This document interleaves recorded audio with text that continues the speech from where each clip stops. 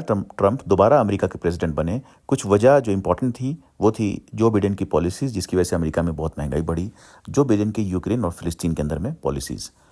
اس کے علاوہ جو ایک بہت بڑا فیکٹر تھا وہ تھا ٹویٹر۔ جی ہاں، وہی ٹویٹر جس نے کبھی ڈونلڈ ٹرمپ کا اکاؤنٹ پرماننٹلی سسپینڈ کر دیا تھا جنوری 2021 میں، اور وجہ تھی کہ جب ٹرمپ الیکشن ہار گئے تھے اور ٹرمپ کے سپورٹرز وائٹ ہاؤس پہ کچھ اس طرح سے چڑھ گئے تھے، اور اس کی سپورٹ میں ٹرمپ نے جب لکھا تھا، ٹویٹر نے ان کا اکاؤنٹ سسپینڈ کر دیا تھا۔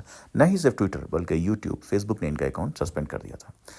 اسی ٹویٹر نے کچھ دنوں کے بعد جب ایلن مسک نے خریدا اس ٹویٹر کو، اس پلیٹ فارم کو، تو انہوں نے ایک کام کیا کہ انہوں نے ٹرمپ کا جو ٹویٹر بین تھا اس کو ختم کیا اور دوبارہ ٹویٹر پہ انہیں ری انسٹیٹ کیا۔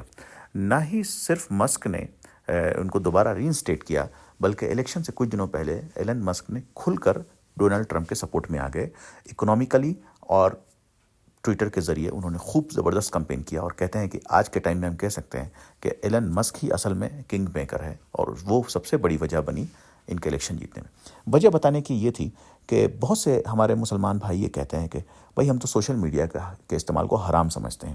اس بات کو سمجھنے کی بہت ضرورت ہے کہ یہ دور ہے سوشل میڈیا کا۔ سوشل میڈیا کو آپ اگنور نہیں کر سکتے ہیں۔ سوشل میڈیا آپ کی آواز ہے، اور آپ لکھنا جانتے ہیں آپ لکھیں، آپ بولنا جانتے ہیں بولیں، آپ ویڈیو بنانا جانتے ہیں ویڈیو بنائیں، لیکن ہر حال میں سوشل میڈیا کے ذریعے ضرور سے اپنا میسج دیں۔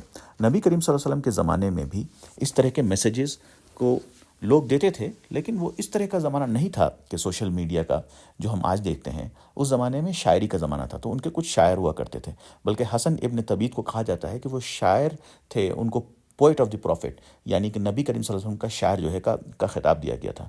ایک حدیث ہے جس میں یہ کہا گیا ہے کہ نبی کریم صلی اللہ علیہ وسلم کہتے تھے حسن ابن طبیت کے بارے میں کہ بھائی تمہارے جو اشعار ہیں وہ تیر اور کمان سے زیادہ اثر کرتے ہیں ان قریش کے اوپر۔ تو اتنا جو ہے بڑا رول تھا ان کا، حسن ابن طبیت کا۔ پھر کعب ابن زہیر کا نام آتا ہے جو بہت کرٹک تھے نبی کریم صلی اللہ علیہ وسلم کے، اور بعد میں ان کے سپورٹر بنے، اور ان کی ایک پوئم تھی بنات سواد جو کہ بہت مشہور تھی، جو نبی کریم صلی اللہ علیہ وسلم کو بہت پسند تھی۔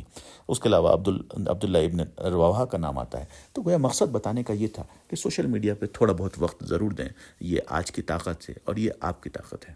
شکریہ۔